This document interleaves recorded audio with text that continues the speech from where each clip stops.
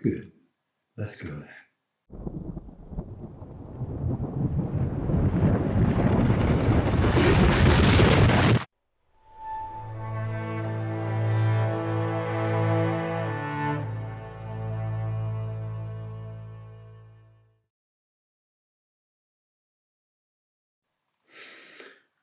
Paleo transcription. So, with that outstanding chart of Dr. P's having been provided above, let's begin transcribing our presumed Paleo-Hebrew inscription from it, shall we? Starting with the top right letter, as per Hebraic convention.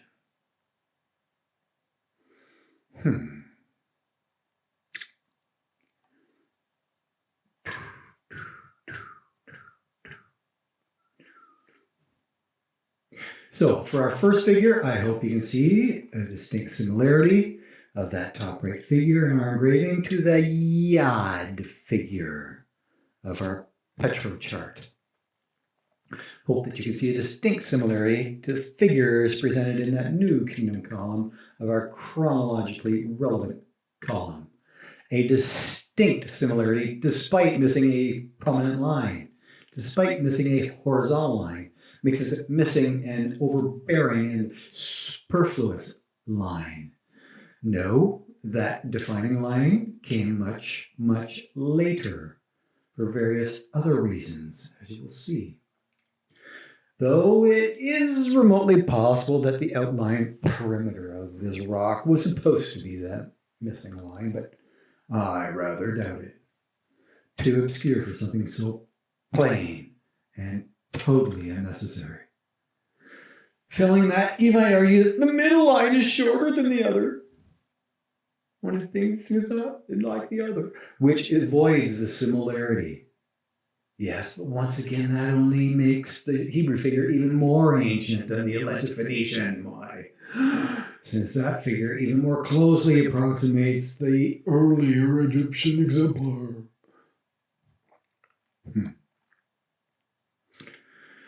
A figure that was simplified centuries earlier by the very first Hebrew, simplified by Abraham way up in Ur, simplified by removing extraneous lines and wedges, as well as by giving us shorter lines, giving us more simplistic yod to work with, or at least that is my keep it simple, stupid rationale for this figure modification, and I'm running with it.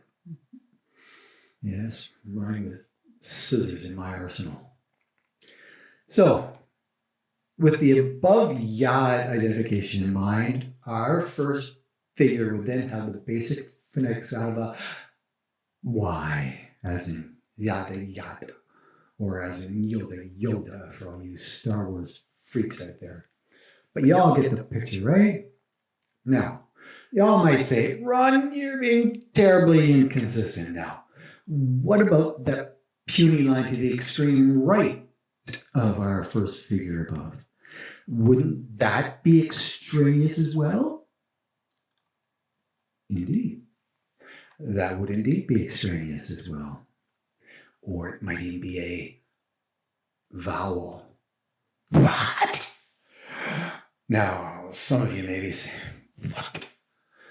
That's a ridiculous proposition for this preposition. After all, we were taught by the experts that vowel pointing only was a relatively recent Hebrew innovation. It was only a Middle Age AD innovation, right? Merely a helpful device created much, much later by those Masoretes, right? However, that sort of vowel minimizing reduces your vocabulary enormously and reduces your audibility enormously. Since an alphabet without is really straining credibility, not to mention. And the Phoenicians, Egyptians, and Hittites absolutely knew that. And not only that, but we all know the days of vowel, right? And no one disputes the existence of the A at that ancient time. And no one can dispute the tremendously wide variations of this very same consonant in the very same script either. Variants indicating some other element being introduced there as well. Elements like a vowel. Your basic elements like an A or an E or a U. And to that end, even Rolston admits that there were indeed Hebrew vowel pointings as early as the 8th century BC here. With Rolston then hedging his bets with perhaps even as early as the late 9th century BC. You know, your typical academic ambiguity. But this inscription is much, much earlier than that perhappy hedge of his. No, this is 15th century BC, or BCE, as those non-committal clowns like to call it. So, have you got better proposals for that extremist figure then? Just an accident? Just a slip of the rudimentary chisel, perhaps? Not very likely. No, this is pretty intentional stuff, folks. Stuff that had been deliberated on for quite some time. Hence the prototype. And no, we're not just talking those later vowel substitutions by those Phoenicians either. Utilitarian substitutions such as a Y for an I, and H for an O, and V for U. Consonantal substitutions for those so essential vowels. No, this puny sideline looks like the real thing, folks. Looks like the real vowel things you get to buy on Wheel of Fortune, that you get to buy to your very great gaming advantage. And you know, if you tilt your head a bit, that puny line to the extreme right even looks a bit like a small Hebrew patak. What? Yes, looks like the modern Hebrew underline signifying a short A. Except that this short underline happens to be vertical at this point in time. Yes, vertical. In order to reduce hand movement and to preserve line spacing, is my ergonomic guess. Now, if you look at our modern Arabic vowels, we see something very similar. We see that a vertical line indicates a long as in father. A long line as opposed to a short one. A most intentional difference, as Arabic expert Ahmed Al-Jawad insists. Yet, that is more than a millennium down the line, folks. Not only that, but these particular vowel pointings appear to be near the very top of the figure, rather than the modern Hebrew epigraphy of being beneath the figure. Once again, to reduce hand movement and to preserve line spacing. And you know, this intentional sideline might even be a Winkelhaken. What? A cuneiform character that corresponds within, or even a double Winkelhaken called a Glossenkeil. A gloss that corresponds with a quote sign marking foreign words or names. What? Names? Are you serious? You still want to wrestle that old vowel idea, those third millennium vowels? Well, then you have to wrestle long and hard with the old linear Elamite that has finally been decoded. And good luck to you on that linear front. Good luck.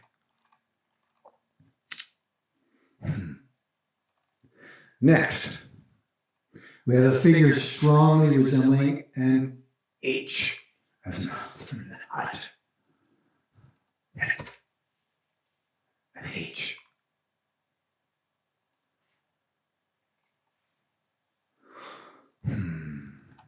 Three equal vertical lines at any rate.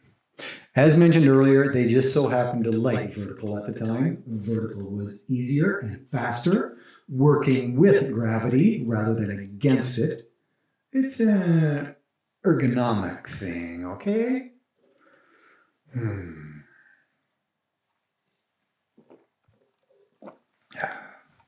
once again, let's just forget the horizontal lines on that chart for the moment. Since it seems that they did that sort of forgetting at times. They did that to conserve energy. When was the last time you chiseled rocks, right? Just consider it a speedy shorthand, if you like. Sort of like the Egyptians supposedly did with their hasty forward-leaning slash. Except that our Hebrew slashes are a little more vertical, taking up a little less real estate. With modern day Hebrew slashes taking up even less real estate. And then, much later, the Greeks took that same minimalist approach to this huffy letter H of theirs. A letter likewise derived from Sumerian figures. Removing one horizontal line, as well as shortening that vertical line from their baseline H above, ultimately rotating and then centering that horizontal line, giving us the Greek that we have all come to know and love. Now, you still want to dispute the slight variation of H's in our ancient Hebrew? Well then, try tackling the Gizer calendar baseline that is accepted by virtually all linguists. Tackle those H variations, even though they tend to blame that sloppy writing at 12 years schoolboy. Still not buying into this peculiar H of ours? Okay, let's take a look at that Ugaritic alphabet then. Let's take a look at contemporaneous writing on clay that ergonomically ran from left to right. A writing that ran retrograde. Now, do you see the similarity to our above inscription? Still no? Okay, can you see the similarity when you tilt your head a bit? When that cuneiform figure is rotated 90 degrees and without all the fancy-dancy wedgies of that cuneiform? Still not? Well, then it is you that is a serious problem, my friend. Time to see a doctor. Fancy or not, we definitely have a H sound here, as in hoser, for us Bob and Duck Canadians. And a hard sounding H at that. Hard sounding like our hard of hearing farmers saying, hey, or hey, not to be confused with our much more urban A, for when your ears get over the age of 68, as mine did several years ago. But enough of that semi-audible excursion. Let's continue on to our next figure. Now, for our next figure, we have a clear resemblance to a wow. Yet another semi-audible consonant. Wow. Wow. Wow. A walk with an actually a W sound as in wow. A sound unlike the present day V sound that it eventually morphed into when the puckering labial velar morphed into a toothy labial dental. When the Hebrews began taking better care of their front teeth, presumably, not getting them knocked out by their Egyptian masters. Incidentally, that wow symbol continues to exist in the Arabic, indicating the long vowel oo, as in moon now. And the morphology of that vowel is rather striking. Can you see the Arabic semblance to our vowel above? Ooh, ah, huh? Ooh, ah. Now, to add to that quasi-proof, that wow figure of ours just so happens to be surrounded by a footprint or two. Yes, surrounded by a tracing of the right foot on those sun-varnished rocks. A very fine tracing taking off the semi-thin and semi-hard desert varnish with a gem of some sort, or with a quartz-hard flint. A multi-purpose knife, only slightly sharper than quartz. Or possibly taking that desert varnish off with a super hard diamond, a ruddy ruby, or a polishing sapphire, gems which they apparently carried with them at the time. The prevalent metal of that Bronze Age just wouldn't describe it. An engraving of the dominant foot, just like at Gilgalbaf, a tracing around some sandals, and they look like pretty solid sandals too, even after countless miles of walking. Seems those sandals never wore out on that dull, soddy sand.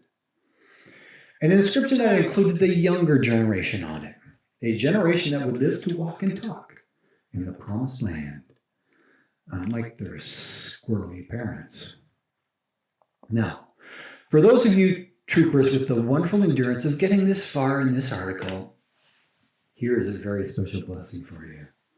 Yet another tracing of sandals left at that location. But this time, it appears to be the left foot. A couple of smaller feet of the feminine gender, perhaps.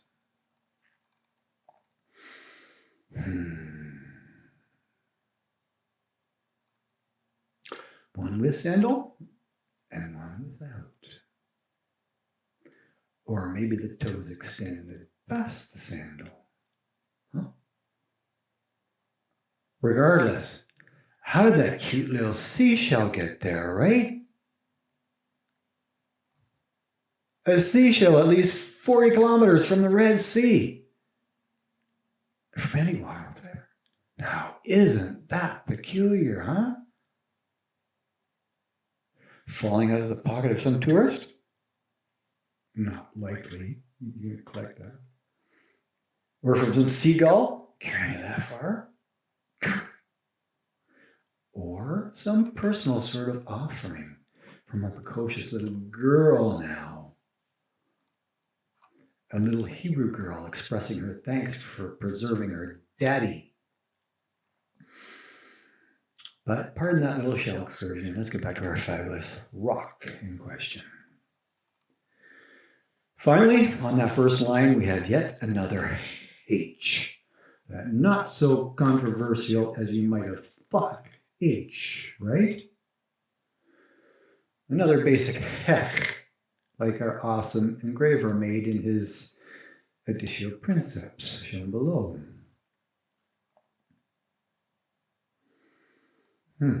With a somewhat noticeable inclination on that first stroke of the H this time. A backslash, just as he did in his earlier copy. A backslash as opposed to the forward slash of that Egyptian H shown earlier. A backslash, more in keeping with that earlier Sumerian figure, as you will see. And not only that, but what appears to be yet another vowel pointing right above that inclined stroke. A vowel of a different persuasion altogether. And perhaps even a vowel pointing underneath that bird dropping as well. No, it wasn't. Granted, the inclination of that initial stroke is indeed peculiar, though we definitely see similar nuances in our 7th century silver scroll, though not quite as much in our Lakish Ostraka, as will be shown as well. Showing a most intentional inclination to indicate an H with a little less aspiration from the lungs, perhaps. More of an A than a hey this time, perhaps. And anyone who has ever sung Handel's Hallelujah Chorus knows that lesser aspiration is a given. It's clearly a given since your lungs are already blown out with that first H. So I would submit that backslash indicates more of an awkward inspiration as opposed to less awkward aspiration. Indicates a significant inhale rather than an exhale. A definite phonetic differentiation in the H that the Phoenicians failed to import into their lesser alphabet.